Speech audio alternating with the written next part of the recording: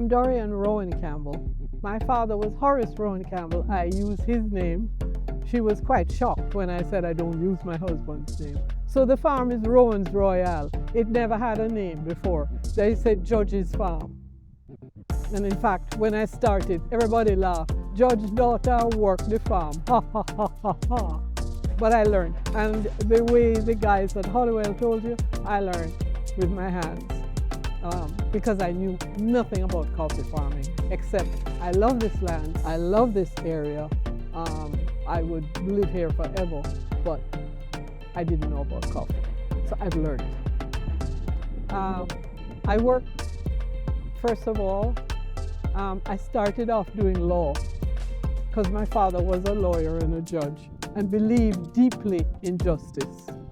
When I went to London and I was at Middle Temple and I went to the courts, I saw this huge gap between them as had and them as had not, and where the justice lay. And he said, I phoned him and said, this is no way, Daddy, to change the world. He said, I didn't think you'd like it. So I quit and I went back to broadcasting. So I worked I went to university. I thought I was going to do journalism at Carleton. My teacher said to me, don't be ridiculous. Yeah, I went to Canada. And I did English and history. And then I started a master's on iconography until the teacher said, well, you know more about it, you could teach a course. And I thought, that is work. And then I got a job at the Commonwealth Secretariat to start their Women and Development program. And my dad said, you see, that was what you're waiting on, go change the world. So I worked there, I was there for 7 years. And then I decided I didn't want to work for anybody else, work as a consultant. And I wanted to come back to Jamaica before retirement because whatever I've succeeded in came from Jamaica. It came from my family. It came from Hampton School. It came from those dreadful boys around the corner at Monroe College. And I'm married to one. No, he had long gone with. But I wanted to come back.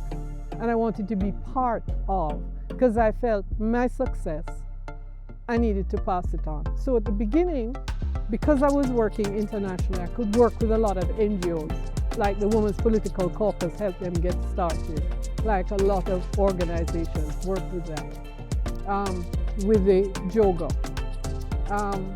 And then I fell in love with coffee.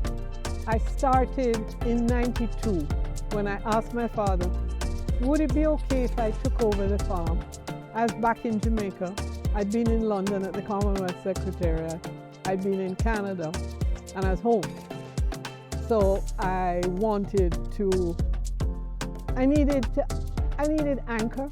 I needed an anchor, and I felt I needed the land. He said, sure. So I came. It was ruined. It hadn't been used since 70-something. So I had to bring it back.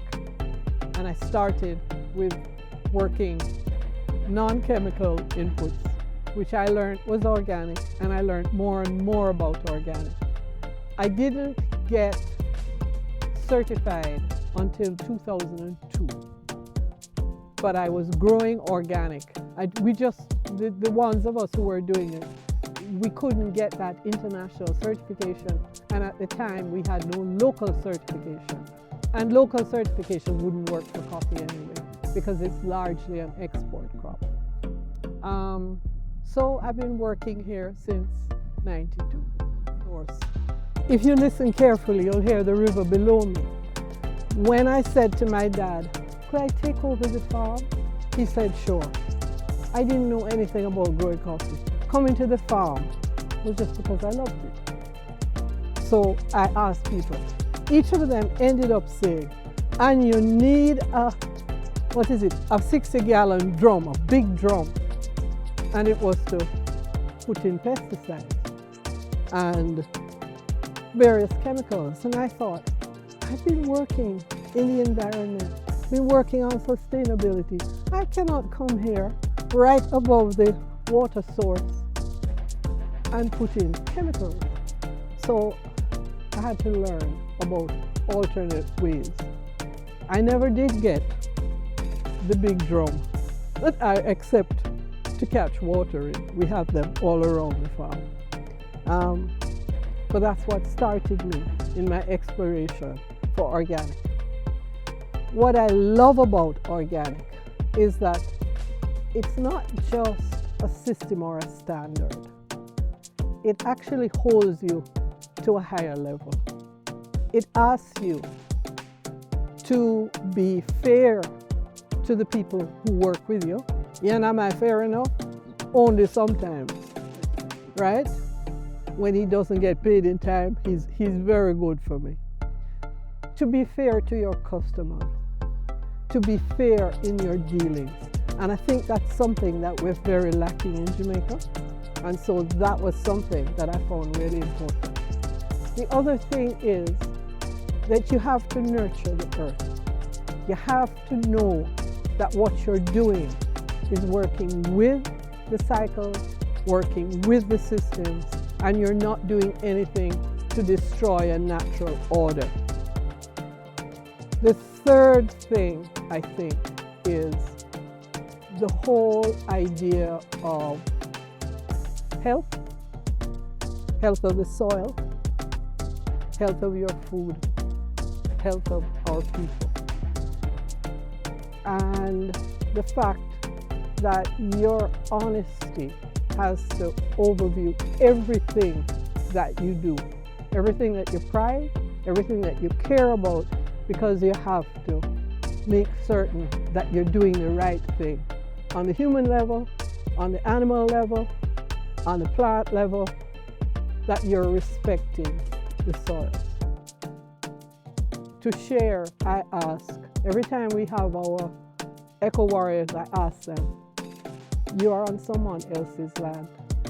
Walk on it with respect, with peace in your heart, and with an openness to learning, to caring, and to sharing, because that's really what organic is about. Now, that's the thing that that's the halo. The reality of it is, it asks you for a lot of data. So we have to collect data about everything we do.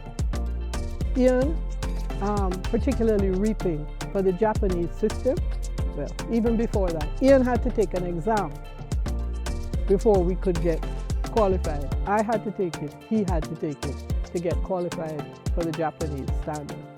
And every grain of coffee that we pick, we have to record it. So Ian will pick and he'll say to me, I got half a box, I got a quarter box, I got 5 boxes.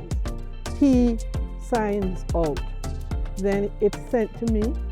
And what we're doing these days, we are doing what's called a dry fermentation. So Ian will pulp and wash, and then he will put the coffee in a pail, right? He won't open it because we put it in there so that no more oxygen goes in there. And the carbon dioxide eats there's a kind of, it's sticky around the coffee, and you have to wash it and get rid of it. So that eats it. And then when he sends it down to me, right, I wash, and then you put it out to dry. Some people don't ferment their coffee. I ferment. I used to do the water-based fermentation, where you'd wash it, you'd leave it in water. You could only decide on the smell whether or not the fermentation was complete. Because we now no longer have regular transport. I used to have someone who would pick up the coffee and take it down. Since the pandemic, that's not possible. This way of doing the dry fermentation is much better, because it'll give me 3 days or so between having to deal with it and having to get it. And it's in a sealed fail, so it's safe in transit. So for my HACCP, that it's not an issue for maybe contamination. And it's very interesting. There's a whole article which I can send you about dry fermentation and talking about how that gives you at the roasting stage a whole range of different notes. I'll send it to you because you might be interested. It's also important because water is one of the things that we have less and less of. And so if you're using less water, and you don't have to have a whole bin full of water to ferment and then you throw it out, it's much better.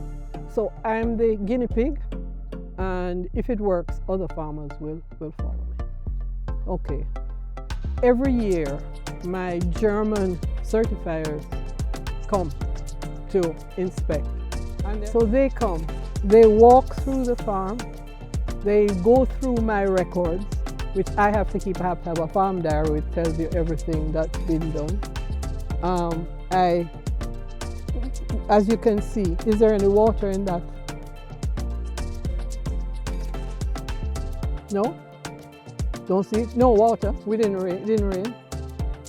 We kind of track it to see what's done.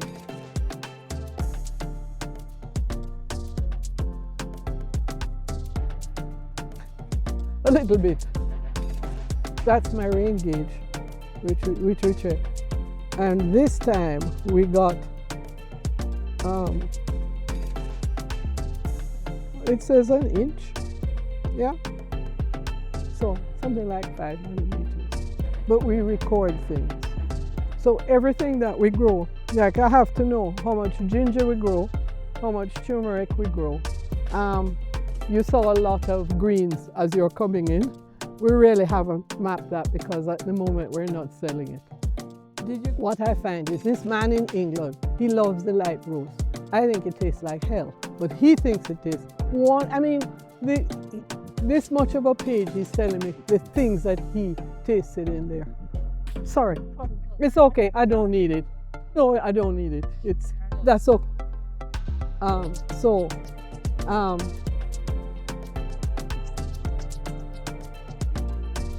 But well, to light brew coffee, talk about the flowery this and then that and the other, and I'm thinking, were you high when you drank it?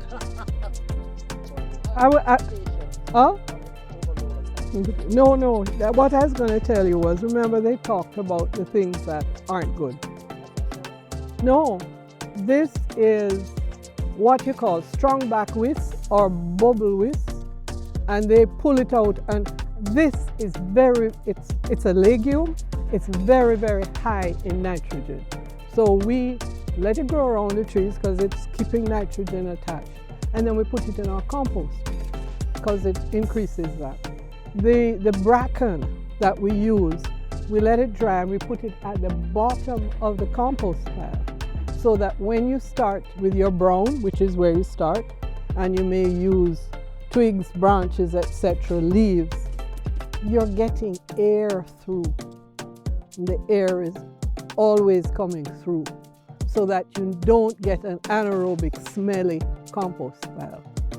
Well, we were quite lucky because when Toussaint Louverture overturned the order in Haiti, a lot of the immigrants came here and they came from coffee. And the governor had got hold of some coffee seeds, which he brought to Temple Hall and planted there. That's where it started. And so sugar was king, coffee was queen. And then I'm not quite certain what happened in about 1816, but you see a big drop off in coffee farms. So either there was a disease or there was a problem in the soil or something, because that's 1816. You don't see anything historically that should cause that. Or in terms of economic upheaval, I don't know what it was. And I guess I haven't had time to do more research. But what it did allow was for enslaved or runaways or freed people in the mountains to take on coffee. And so we honor what they did because they've gifted it to us.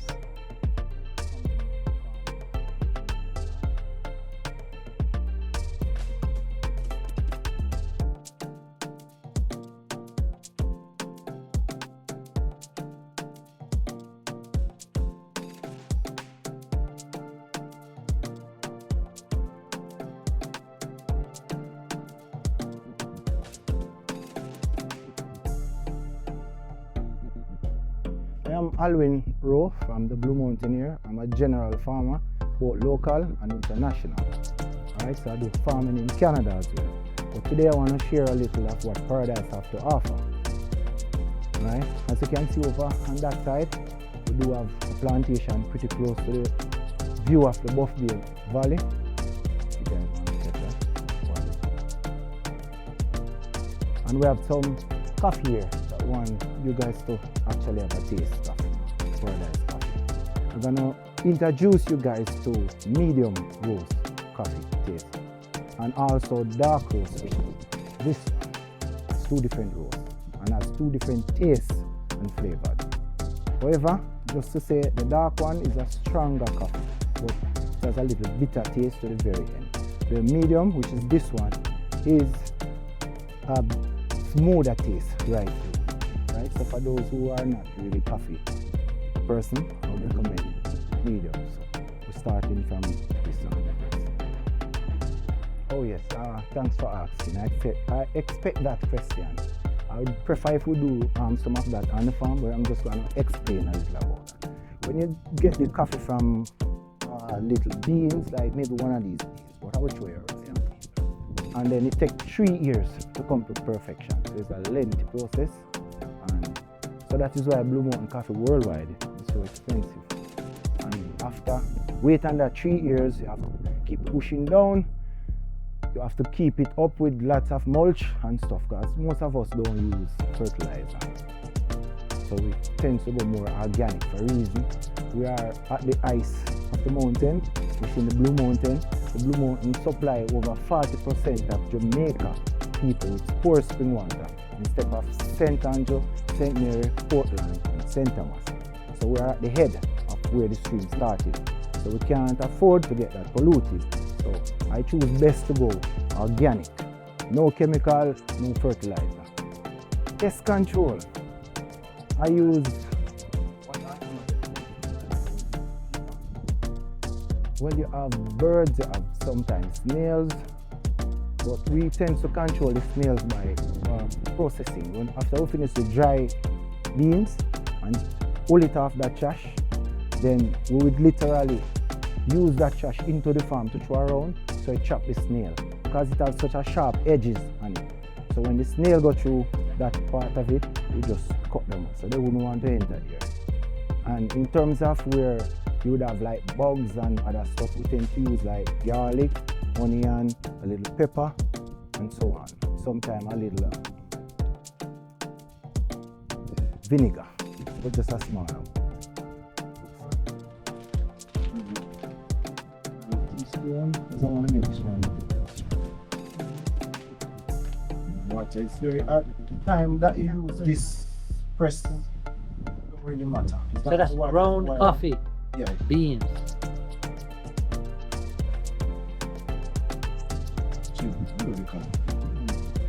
So talk about a percolator. What is that? This is the percolator. Okay. Oh, so what is the difference between using that and this? This is more faster than this one. So you can just pour the coffee into the press and push it down immediately? I actually hold mine on top for about 3 minutes, then push down. Because that way it means that all the beans have settled at the bottom, so you don't get them bouncing around. Okay. And this one is the medium roast?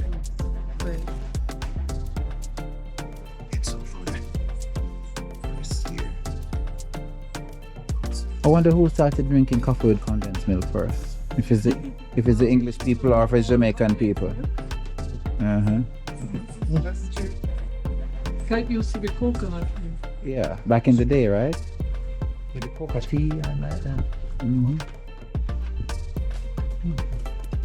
This one is the one that you asked about. Percolator. So, who's the expert for that? Who is the coffee expert? Let me try it and see. You're the coffee drinker.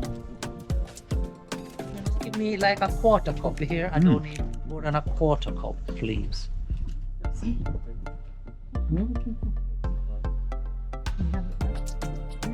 turn that one on?